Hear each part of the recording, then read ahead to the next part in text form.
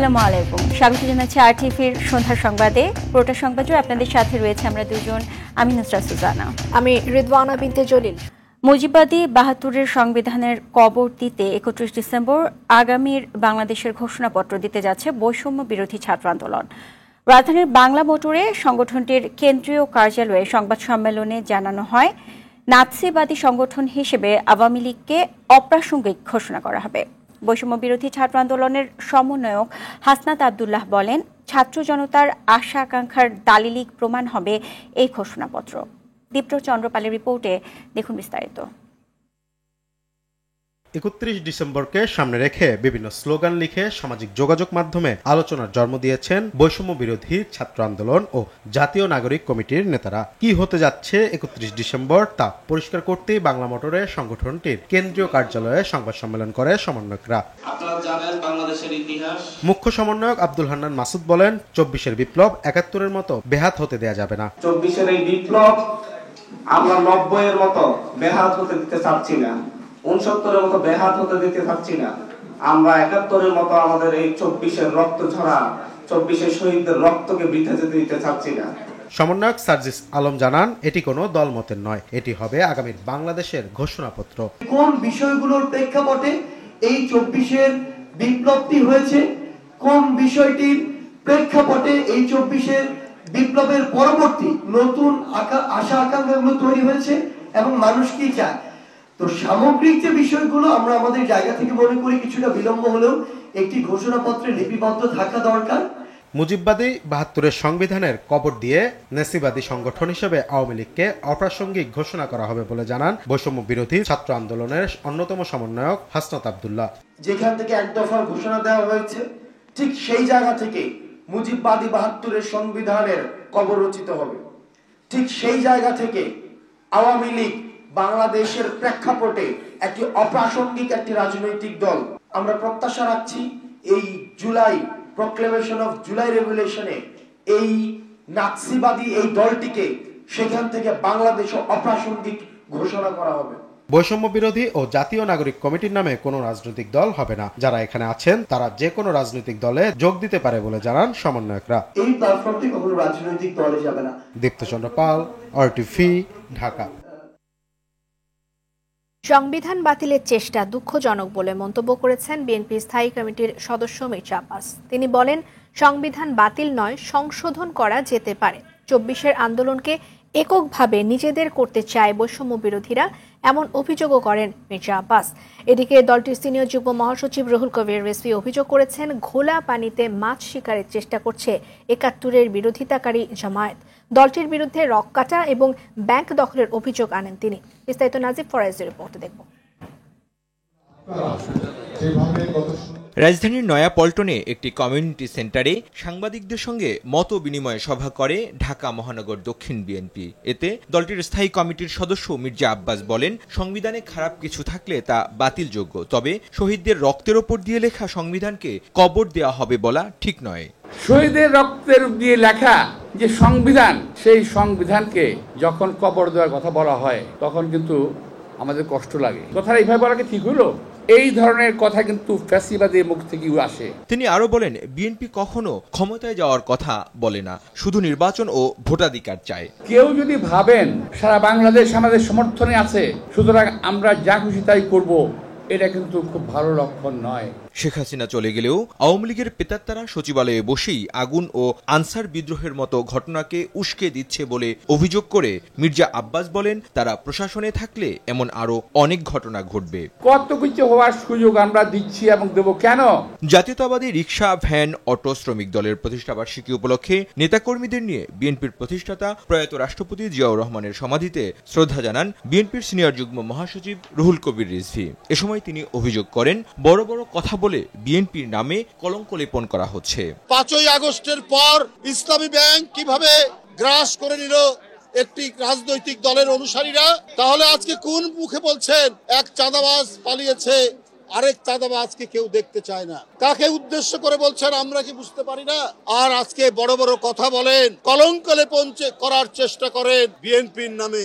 খুর পার্টি এবং পায়ের রক কাটা পার্টি, এরা কারা এদেরকে জনগণ জানে না? ঘোলা পানিতে মাছ শিকার করার চেষ্টা করছে। আপনাদের ৭১-এর অর্জন কি? আপনারা ৭১-এর বিরোধিতা করেছেন। ১৬ বছরের নিরবিচ্ছিন্ন আন্দোলনের ফল জুলাই বিপ্লব বলে মন্তব্য করেন রুহুল কবির রিজভী। আহ্বান রাখছি। ধন্যবাদ। নাজিব ফরাইজি, RTV, ঢাকা। ভারত থেকে শেখ হাসিনাকে ফেরত না দেবার বিষয়ে যা জানা যাচ্ছে তা নিয়ে বাংলাদেশ কোনো হঠকারী সিদ্ধান্ত নেবে না, এমন কথা জানিয়েছেন উপদেষ্টা মাহফুজ আলম। বিকেলে পররাষ্ট্র মন্ত্রণালয়ের কর্মকর্তাদের সাথে আলোচনা শেষে তিনি বলেন, পালিয়ে যাওয়া শেখ হাসিনা সরকার নতজানু পররাষ্ট্র নীতি গ্রহণ করেছিল, আর বর্তমান অন্তর্বর্তী সরকার চায় বাস্তবসম্মত নীতি। তবে সেক্ষেত্রে শক্তি ও সামর্থ্য দুটোই বাড়াতে হবে। মাহফুজ আলম আরও জানান, সরকারের পরিবর্তনের সাথে যেন পররাষ্ট্রনীতির রদবদল না হয় সেই বিষয়ে আলোচনা হয়েছে। পররাষ্ট্র মন্ত্রণালয় কোনো দলের নয়, বাংলাদেশের প্রতিনিধিত্ব করুক, সেটাই চায় অন্তর্বর্তী সরকার। এটা একটা পলিটিক্যাল ডিসিশন ওনারা নিয়েছেন যে ওনাকে ফেরত দেবেন না, বা এটা আমরা শুনতে পাচ্ছি। কিন্তু রাষ্ট্রের জায়গা থেকে আমাদের যেটা দরকার, সেটা আমি যেটা বলছি, আমি একটা কথাই বলেছি, সেটা হচ্ছে প্র্যাগমেটিজম দরকার। কোনো রকম হঠকারিতা আমরা করতে পারি না। আমাদের রাষ্ট্রের সার্বভৌমত্ব, আমাদের জাতীয় নিরাপত্তা এবং আমাদের অখণ্ডতা, এটা হচ্ছে আমাদের national integrity, national security and sovereignty. সচিবালয়ে আগুনের ঘটনার প্রাথমিক তদন্ত রিপোর্ট প্রস্তুত করেছে কমিটি। কালই প্রধান উপদেষ্টা ডক্টর মোহাম্মদ ইউনূসকে সেটি দেবেন সদস্যরা। তদন্তের স্বার্থে কোনো আলামত প্রয়োজনে বিদেশেও পাঠানো হতে পারে।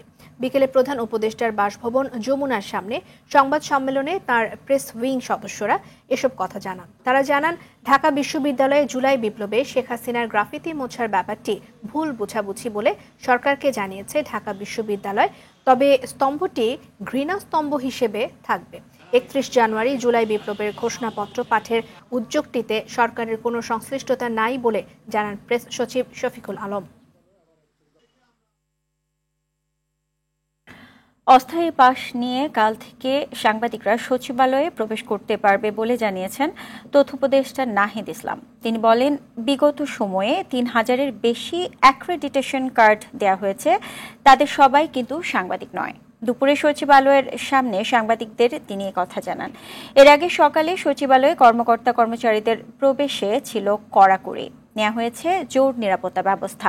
বিস্তারিত বিলাল হোসেনের রিপোর্টে। সচিবালয়ের ইতিহাসে স্মরণকালের বড় অগ্নিকাণ্ডের পর সপ্তাহের প্রথম কর্মদিবসে অফিস করেন কর্মকর্তা কর্মচারীরা। সব মন্ত্রণালয়ের কর্মকর্তাদের প্রবেশের কড়াকড়ি নিয়মের কারণে অন্যান্য দিনের চেয়ে রোববার ছিল ভিন্ন চিত্র।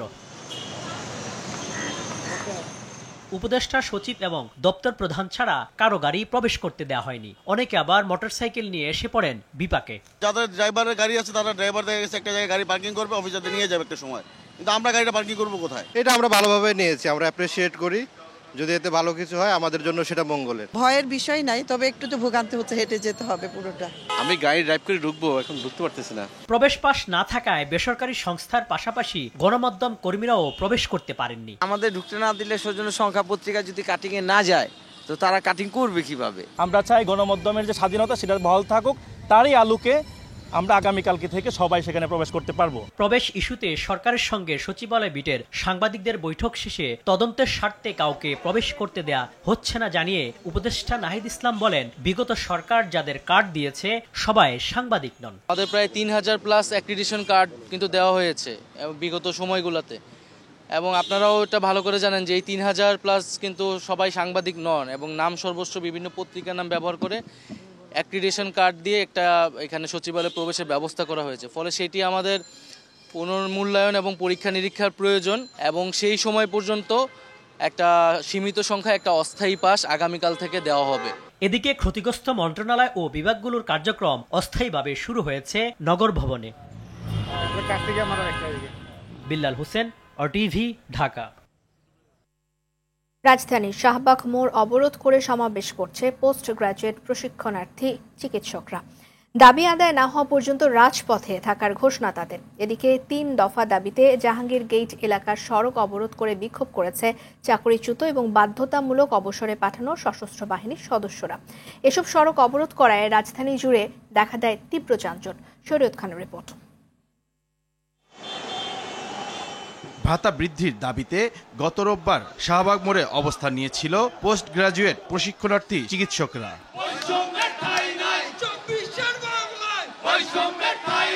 সেদিন বিকেলে জাতীয় নাগরিক কমিটির মুখ্য সংগঠক সার্জিস আলমের আশ্বাসে রাস্তা ছেড়ে দেয় তারা।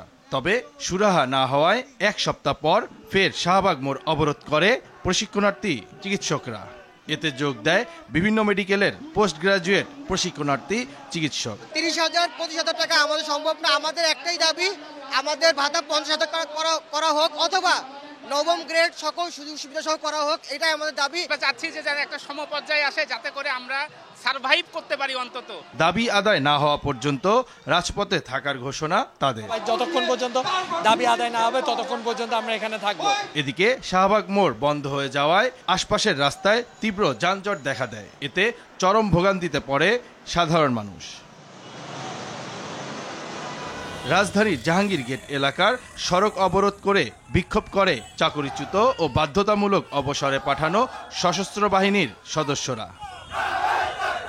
প্রায় 2 ঘন্টা অবরোধের পর সশস্ত্র বাহিনীর উচ্চ পর্যায়ের প্রতিনিধি দলের সঙ্গে বৈঠকের পর সড়ক থেকে সরে যায় তারা। সুবিচারের একটা পরিবেশ তৈরি হয়েছে। একই দিনে রাজধানীর 2 স্থানে সড়ক অবরোধের কারণে দিনভর যাতায়াতের ভোগান্তি পোহায় নগরবাসী। শরীয়ত খান, RTV। দক্ষিণ কোরিয়ায় যাত্রীবাহী বিমান বিধ্বস্তের ঘটনায় পর্যন্ত 177 জনের লাশ উদ্ধার করেছে উদ্ধারকর্মীরা। ঘটনায় 2 জনকে জীবিত উদ্ধারের খবর নিশ্চিত করেছে কর্তৃপক্ষ। এছাড়া বাকি 179 জনই নিহত হয়েছেন বলে আশঙ্কা করা হচ্ছে। দুর্ঘটনার সময় উড়োজাহাজটিতে 175 জন যাত্রী ও 6 জন ক্রু ছিল। এদিকে উদ্ধার কাজে সর্বাত্মক প্রচেষ্টার নির্দেশ দিয়েছেন দেশটির ভারপ্রাপ্ত প্রেসিডেন্ট চোই সাংমো। বিস্তারিত বিনয়ামিনের রিপোর্টে। রোববার ভোরে দক্ষিণ কোরিয়ার দক্ষিণাঞ্চলে মুয়ান আন্তর্জাতিক বিমানবন্দরে উড়োজাহাজটি বিধ্বস্ত হয়। থাইল্যান্ড থেকে আসা জেজু এয়ারের এই উড়োজাহাজটি অবতরণের সময় ছিটকে পড়ে রানওয়ে থেকে। দুর্ঘটনার সময় উড়োজাহাজে ক্রু সহ আরোহী ছিল 181 জন। এ ঘটনায় এখনো পর্যন্ত 2 জনকে জীবিত উদ্ধার করেছে উদ্ধারকর্মীরা। তবে এ 2 জন ছাড়া আর কেউ বেঁচে নেই বলে আশঙ্কা তাদের। কর্তৃপক্ষ নিশ্চিত করেছে শেষ পর্যন্ত উদ্ধার কার্যক্রম অব্যাহত থাকবে। দুর্ঘটনার পর বিধ্বস্ত উড়োজাহাজটির বিভিন্ন অংশে আগুন ধরে যায়। এমন পরিস্থিতিতে আগুন নিয়ন্ত্রণ ও বিধ্বস্ত উড়োজাহাজের পেছনের অংশে উদ্ধার কাজ চালিয়ে যাচ্ছে কর্তৃপক্ষ। এছাড়া বাতিল করা হয়েছে মুয়ান বিমানবন্দরের সকল ধরনের ফ্লাইট। এদিকে বিমানবন্দরের অগ্নি নির্বাপক বিভাগ জানায়, দুর্ঘটনার কারণ এখনো স্পষ্ট নয়। তবে অবতরণের সময় পাখির সঙ্গে সংঘর্ষের ফলে উড়োজাহাজের ল্যান্ডিং গিয়ারে যান্ত্রিক ত্রুটি দেখা দেয়ায় এ দুর্ঘটনা ঘটে বলে প্রাথমিকভাবে ধারণা করা হচ্ছে। চলমান রাজনৈতিক অস্থিরতার মধ্যেই পরিস্থিতি সামাল দিতে চেষ্টা করছেন দেশটির ভারপ্রাপ্ত প্রেসিডেন্ট চোই সাংমো। উদ্ধার তৎপরতা বাড়াতে যথাযথ পদক্ষেপ নিতে নির্দেশ দেন তিনি। এছাড়া মুয়ান বিমানবন্দর এলাকাকে বিশেষ দুর্যোগপূর্ণ অঞ্চল ঘোষণা করে জরুরি বৈঠক ডেকেছেন দেশটির ভারপ্রাপ্ত প্রেসিডেন্ট। বিনয়ামিন, RTV। এদিকে বিমান বিধ্বস্তে 179 যাত্রীর প্রাণহানির ঘটনায় ক্ষমা চেয়েছে দেশটির বেসরকারি বিমান সংস্থা জেজু এয়ার। রোববার রাজধানীর সিউলে এক সংবাদ সম্মেলনে সংস্থার প্রধান নির্বাহী কর্মকর্তা কিম ই বে প্রতিষ্ঠানের শীর্ষ কর্তাদের পাশে নিয়ে মাথা নুইয়ে ক্ষমা প্রার্থনা করেন। এ সময় হতাহতের পরিবারকে সব ধরনের সহায়তা দেওয়ার আশ্বাস দেন। বলেন, জেজু এয়ারের ইতিহাসে এটাই প্রথম এ ধরনের হতাহতের ঘটনা। দেশটির দমকল বিভাগের ধারণা, পাখির আঘাত এবং খারাপ আবহাওয়ার কারণেই এই দুর্ঘটনা হতে পারে। তবে প্রকৃত কারণ অনুসন্ধানে তদন্ত চলছে।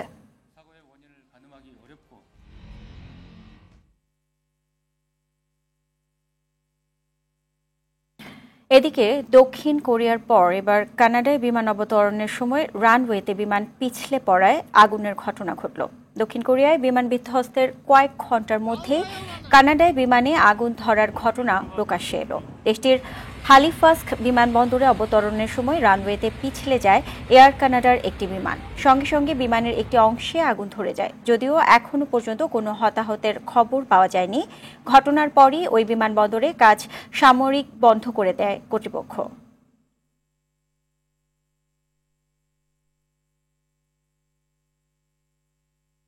ডাল ভাতের কারণে পিলখানায় হত্যা গণহত্যা হয়নি, এর মাধ্যমে বাংলাদেশের সার্বভৌমত্বের প্রতি প্রথম আঘাত বলে মন্তব্য করেছেন স্বজন হারানো সদস্যরা। সেনাবাহিনী এবং বিডিআর এর মধ্যে হত্যাকাণ্ড ঘটার মতো কোনো বিষয় ছিল না বলেও মন্তব্য করেন তারা।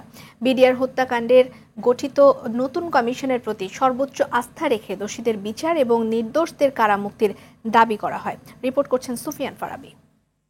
এই বিষয় নিয়ে আমরা বিডিআর হত্যাকাণ্ড বাংলাদেশের সার্বভৌমত্বের কফিনে পেরেক শীর্ষক আলোচনা সভার আয়োজন করে সার্বভৌমত্ব আন্দোলন। এতে উপস্থিত হন হত্যাকাণ্ডের শিকার মানুষদের পরিবারের সদস্য ও বিশিষ্টজনেরা। অংশ নিয়ে পরিবারের সদস্যরা নিজেদের পরিবারের সদস্যদের সঙ্গে নিজেদের স্মৃতির কথা তুলে ধরেন। এটা কোনো বিদ্রোহ না, তৎকালীন সরকার এটা একটা পরিকল্পিতভাবে হত্যাকাণ্ড করেছেন, যে হত্যাকাণ্ডে আমার 57 সেনা কর্মকর্তা সহ সর্বমোট 74 জনকে শহীদ করেছেন। তোমাকে তুই 9 মাস আমি কোনো টাইম দিতে পারিনি, 2 মাসের ছুটি নিচ্ছি, তোমাকে আর বাবুটাকে আমি অনেক সময় দেব। এই চলে গেল বিদায় নিয়ে, এবং পরের দিন থেকে সত্যি সত্যি এই মানুষটা আর আমার সামনে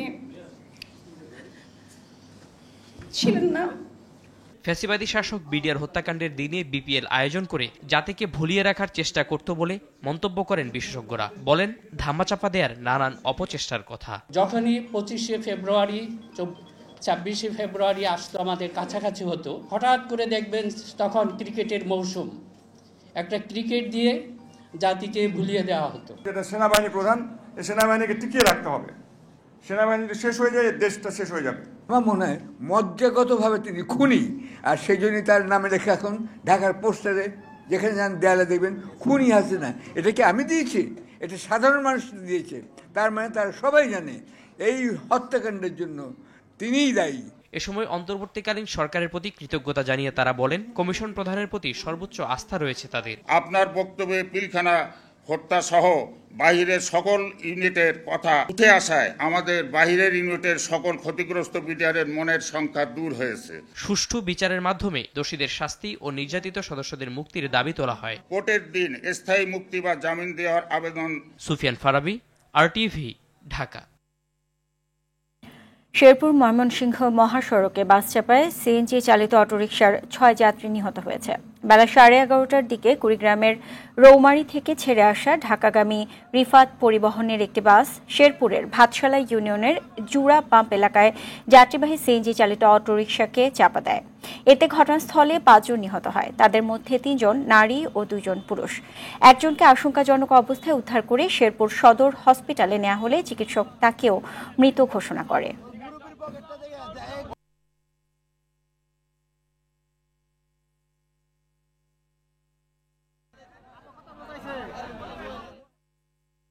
ঢাকা মাওয়া এক্সপ্রেসওয়েতে সড়ক দুর্ঘটনায় 6 জন নিহতের ঘটনায় বেপারী পরিবহনের বাস মালিক ডাব্লিউ বেপারীকে গ্রেফতার করেছে পুলিশ। শনিবার রাতে মাদারীপুরের শিবচর থেকে তাকে গ্রেফতার করা হয়। বিষয়টি নিশ্চিত করেছেন হাসারা হাইওয়ে পুলিশ ফাঁড়ির ওসি আব্দুল কাদের জিলানী। এই ঘটনায় শনিবার প্রাইভেট কার যাত্রী আমিনার বড় ভাই নুরুল আমিন মামলা দায়ের করেন। এই মামলায় বাসের মালিক ডাব্লিউ বেপারীকে গ্রেফতার করা হয়। এর আগে নারায়ণগঞ্জের সিদ্ধিরগঞ্জ থেকে বাস চালক নুরুন নবীকে গ্রেফতার করা হয়। শুক্রবার ঢাকা মাওয়া এক্সপ্রেসওয়ের ধলেশ্বরী টোল প্লাজায় বেপারী পরিবহনের বাসের ধাক্কায় শিশুসহ 6 জন নিহত হন। ঢাকায় দাফনের 3 বছর পর সাবেক প্রধানমন্ত্রী বেগম খালেদা জিয়ার রাজনৈতিক সচিব মুক্তিযোদ্ধা হারিস চৌধুরীর কবর সিলেটে স্থানান্তর করা হয়েছে। বাদাসুর সিলেটের কানাইঘাটে তার প্রতিষ্ঠিত শফিকুল হক চৌধুরী মেমোরিয়াল এতিমখানা প্রাঙ্গণে রাষ্ট্রীয় মর্যাদায় দ্বিতীয়বারের মতো দাফনের মাধ্যমে কবর স্থানান্তর করা হয়। এর আগে হারিস চৌধুরীর দেহাবশেষ নিয়ে সিলেট মহানগরের শাহী ঈদগাহে দোয়া করা হয়। এ সময় মেক্সিকোর রাষ্ট্রদূত মুশফিকুল ফজল আনসারি ও হারিসের কন্যা ব্যারিস্টার সামিরা তানজিন চৌধুরী বক্তব্য দেন। এছাড়া কেন্দ্রীয় স্থানীয় নেতাকর্মীরা উপস্থিত ছিলেন।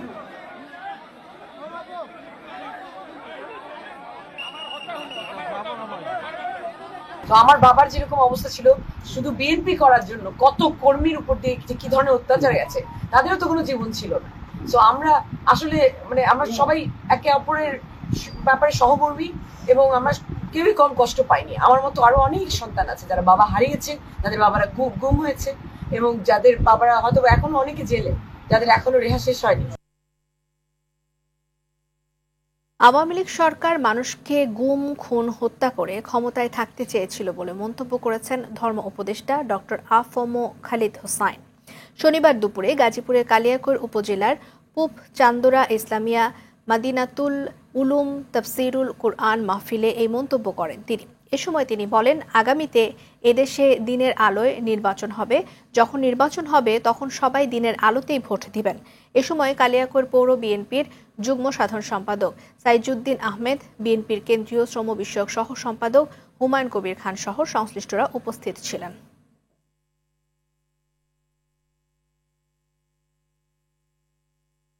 দেশের ব্যাংকিং খাত আরও বিকশিত করতে নৈতিকতা ও শৃঙ্খলা দরকার বলে মনে করেন বাংলাদেশ ব্যাংকের governor doctor Ahsan H Mansur. সকালে রাজধানীর মিরপুরে Bangladesh institute of bank BIBM এর সুবর্ণ জয়ন্তী অনুষ্ঠানে তিনি এসব কথা বলেন। কেন্দ্রীয় ব্যাংকের গভর্নর বলেন, দেশে ব্যাংকিং যেভাবে এগিয়ে যাওয়ার কথা সেভাবে আগাতে পারেনি। শৃঙ্খলা ফিরিয়ে এ খাতটি এগিয়ে নিতে BIBM অগ্রণী ভূমিকা রাখতে পারে বলে মনে করেন তিনি।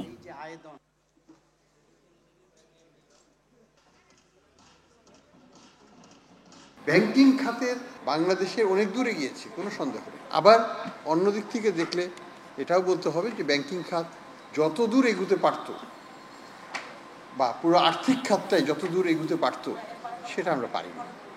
আমাদের অনেক অর্জন সত্ত্বেও অনেক ব্যর্থতাও আছে। বাংলাদেশ ব্যাংক, যার দায়িত্ব হচ্ছে ব্যাংকিং খাতের শৃঙ্খলা, ব্যাংকিং খাতের জনবল প্রশিক্ষণ তৈরি করা, সেই ব্যাপারে সহায়তা করা।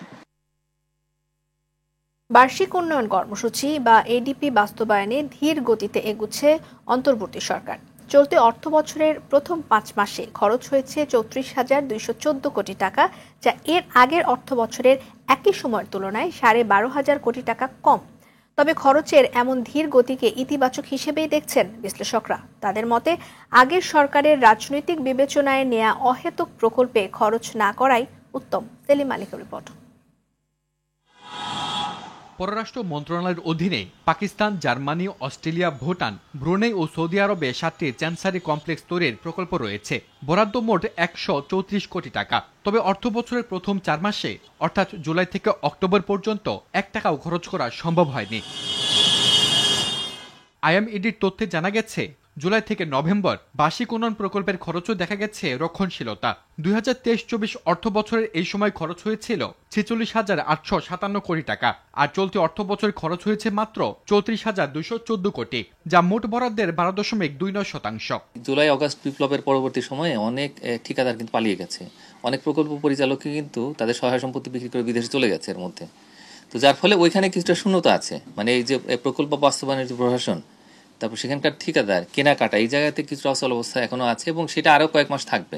বেশি বরাদ্দ পাওয়া 15 মন্ত্রণালয়ের মধ্যে সর্বোচ্চ 20.31% বা 7,711 কোটি টাকা খরচ করতে পেরেছে স্থানীয় সরকার বিভাগ। বিভাগটির জন্য বরাদ্দ দেওয়া হয়েছিল 37,976 কোটি টাকা, আর 10% কম খরচ হয়েছে নৌ পরিবহন মন্ত্রণালয়, স্বাস্থ্য, শিক্ষা ও সেতু বিভাগে। শুধুমাত্র আমলাদেরকে নিয়ে নয়, মিক্সড প্রাইভেট সেক্টর থেকেও বা অন্যান্য পেশা থেকেও দক্ষ লোক নিয়ে এই প্রজেক্টগুলোর ম্যানেজমেন্ট করা উচিত।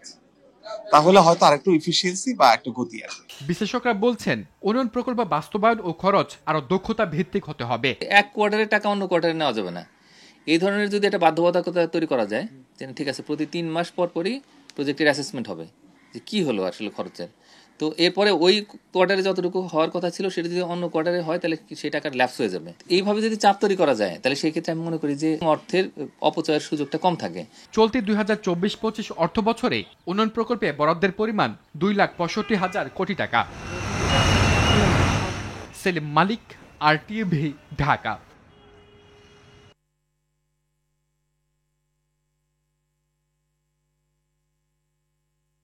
বাংলাদেশের বিরুদ্ধে বিভিন্ন ধরনের ভুল এবং অপতথ্য ছড়ানো হচ্ছে। সোমবার বিকেলে ফরেন সার্ভিস একাডেমিতে বাংলাদেশ ব্র্যান্ড ফোরাম আয়োজিত এক অনুষ্ঠানে এসব কথা বলেন পররাষ্ট্র উপদেষ্টা তৌহিদ হোসেন। তিনি বলেন, যেসব ভুল ও অপতথ্য ছড়ানো হচ্ছে তার বিরুদ্ধে জবাব দিতে অন্তর্বর্তীকালীন সরকার সচেষ্ট রয়েছে। বাংলাদেশ জ্ঞান এবং প্রযুক্তিগত উৎকর্ষ সাধনে অনেক দূর এগিয়েছে উল্লেখ করে উপদেষ্টা জানান, একে বিশ্বমানের করতে কাজ করছে সরকার। তরুণদের মেধার সঠিক ব্যবহার ও যুগোপযোগী প্রাতিষ্ঠানিক পরিবর্তন আনতে প্রতিজ্ঞাবদ্ধ অন্তর্বর্তীকালীন সরকার বলেও জানান তিনি। It is both a privilege and a responsibility to stand before you at this pivotal moment in our Bangladesh history. As we convene today under the theme, Transforming Bangladesh Through Knowledge Remittance, we are reminded of the immense potential of our nation and the crucial role that each of you, our non-resident Bangladeshis, play in shaping its future. Refrigerator, air conditioner ও টেলিভিশনে দেশসেরা ব্র্যান্ডের খেতাব অর্জন করেছে দেশীয় প্রযুক্তি পণ্য উৎপাদন ও রপ্তানিকারক প্রতিষ্ঠান ওয়ালটন। এর অংশ হিসেবে বাংলাদেশ ব্র্যান্ড ফোরাম আয়োজিত বেস্ট ব্র্যান্ড অ্যাওয়ার্ডের ১৬তম আসরে বেস্ট ব্র্যান্ড অ্যাওয়ার্ড ২০২৪-এর খেতাব জিতেছে প্রতিষ্ঠানটি। এর মাধ্যমে দেশসেরা ব্র্যান্ডের কাতারে অবস্থান করে নিল ওয়ালটন। দেশসেরা ব্র্যান্ডের পাওয়ায় গ্রাহক, পরিবেশক ও শুভানুধ্যায়ীদের কৃতজ্ঞতা জানিয়েছে প্রতিষ্ঠানটির সিএমও গালিব বিন মোহাম্মদ। ফিলিস্তিনের গাজায় ইসরায়েলি বর্বর হামলা চলছেই। গেল ২৪ ঘন্টায় ইসরায়েলি বাহিনীর অব্যাহত আগ্রাসনে ৪৮ জন নিহত হয়েছেন আর আহত হয়েছেন ৫২ জন। গাজা স্বাস্থ্য মন্ত্রণালয়ের বরাতে এ তথ্য জানায় তুরস্কের সংবাদ সংস্থা আনাদোলো। গাজার স্বাস্থ্য মন্ত্রণালয় এক বিবৃতিতে জানিয়েছে, অনেক মানুষ এখনও ধ্বংসস্তূপের নিচে এবং রাস্তায় আটকা পড়ে আছেন, কারণ উদ্ধারকারীরা তাদের কাছে পৌঁছতে পারছেন না। কাল পর্দা উঠছে বাংলাদেশ প্রিমিয়ার লিগের ১১তম আসরের। মিরপুরের শেরেবাংলা জাতীয় ক্রিকেট স্টেডিয়ামে উদ্বোধনী ম্যাচে ডিফেন্ডিং চ্যাম্পিয়ন ফরচুন বরিশালের প্রতিপক্ষ দুর্বার রাজশাহী। ম্যাচটি শুরু হবে দুপুর ১:৩০টায়। এছাড়া সন্ধ্যা ৭টায় বিপিএল এর নতুন দল ঢাকা ক্যাপিটালসের মুখোমুখি হবে আসরের অন্যতম ফেভারিট রংপুর রাইডার্স। বিস্তারিত রাফিয়া মিনের রিপোর্টে। বিপিএল এর একাদশ আসরকে সফল করতে আয়োজকরা নিয়েছেন একাধিক উদ্যোগ, তবে সবকিছু ফিকে হয়ে যেতে পারে বরাবরের মতো রান খরায়। আর সেই দায়িত্বটা খেলোয়াড়দেরই নিতে হবে বলে মনে করেন তামিম ইকবাল। বাট ওনারা কোনোদিন এটা ডিসাইড করতে পারবেন না আসলে খেলা ২০০ রানের হবে না ৬০ রান হবে। ওটা রেসপন্সিবিলিটিটা টিম এন্ড প্লেয়ারদের নিতে হবে। দলটির মিশন এবার শিরোপা ধরে রাখার। তাতে অবশ্য শক্ত দলই গঠন করেছে ফরচুন বরিশাল। তামিম, মুশফিক, রিশাদ সহ দলে আছেন এক ঝাঁক দেশি ক্রিকেটার। এছাড়া শাহিন শাহ আফ্রিদি, কায়াল মায়ার্সদের নিয়ে দলটির রয়েছে প্রত্যাশা পূরণের বিশাল চাপ। ম্যাচে বরিশালের প্রতিপক্ষ রাজশাহীর স্কোয়াড তরুণ ও অভিজ্ঞতার সংমিশ্রণে গড়া। দলটির অধিনায়ক এনামুল হক বিজয়, সহ অধিনায়ক হিসেবে থাকছেন তাসকিন, শরীফুল, আকবর আলীদের পাশাপাশি বিদেশি রিক্রুট রায়ান বার্ল, নাথান এডওয়ার্ডদের উপর ভরসা রাখতে চাইবে টিম ম্যানেজমেন্ট। এদিন রাতের ম্যাচে নতুন দল ঢাকা ক্যাপিটালস নামবে গ্লোবাল সুপার লিগ জয়ী রংপুরের বিপক্ষে। দলটির অধিনায়ক লঙ্কান ক্রিকেটার থিসারা পেরেরা। আসরের প্রথম ম্যাচে দলনেতার ভরসা স্থানীয় ক্রিকেটাররা। লিটন আমাদের দলের গুরুত্বপূর্ণ সদস্য। সে রান করতে থাকলে আটকানো কঠিন। গত কয়েক বছরে সে দারুণ খেলেছে। আমি বলতে পারি লিটনই আমাদের মূল খেলোয়াড়। ব্যাটিং, বোলিং সবই আমরা ঠিকভাবে করতে চাই। লিটনই আমাদের মূল ভূমিকায় থাকবে। স্থানীয় ক্রিকেটারদের আমি ভালোভাবে চিনি, কিভাবে তাদের থেকে সেটা আদায় করতে হবে জানি। এদিকে রংপুরের দেশি ক্রিকেটাররা এনসিএল এর টপ পারফর্মার। সেই সাথে সদ্য সমাপ্ত জিসিএল এ দলটার ৭ ক্রিকেটার এবার মাঠ মাতাতে প্রস্তুত। সব ছাপিয়ে রংপুরের এই শক্তিশালী লাইন আপের বিপক্ষে কঠিন পরীক্ষার মুখোমুখি হতে হবে ঢাকা ক্যাপিটালসকে। রাফি আমিন, RTV। সন্ধ্যার সংবাদ এ পর্যন্তই। রাতের সংবাদ পৌনে ১১টায় দেখার আমন্ত্রণ রইল। ধন্যবাদ সবাইকে। সবাইকে ধন্যবাদ।